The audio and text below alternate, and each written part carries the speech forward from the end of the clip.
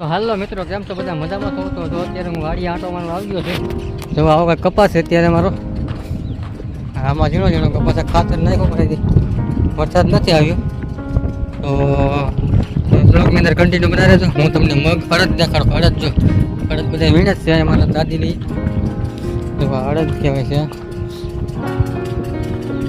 સાયવન બધા અડદ વીણે જ છે. બાડી કપાસ તમે જોઈ લીધો છો. હવે બીજો કપાસ આવવાનો છે આપણે જોવા.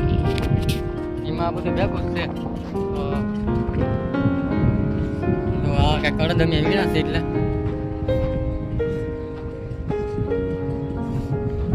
બ્લેક ફેરો અડદ છે. અડદ તો અમારે વાડીમાં ડંકી છે મિત્રો. આ કપાસ છે, કપાસમાં અડદ છે, આમાં પણ અડદ છે. આ કપાસ થોડોક મોટો મોટો થઈ ગયો. જુઓ બધા ગામની હેમમાં પાસે જ વાડી છે. આ કપાસ કેવડો કેવડો થઈ ગયો.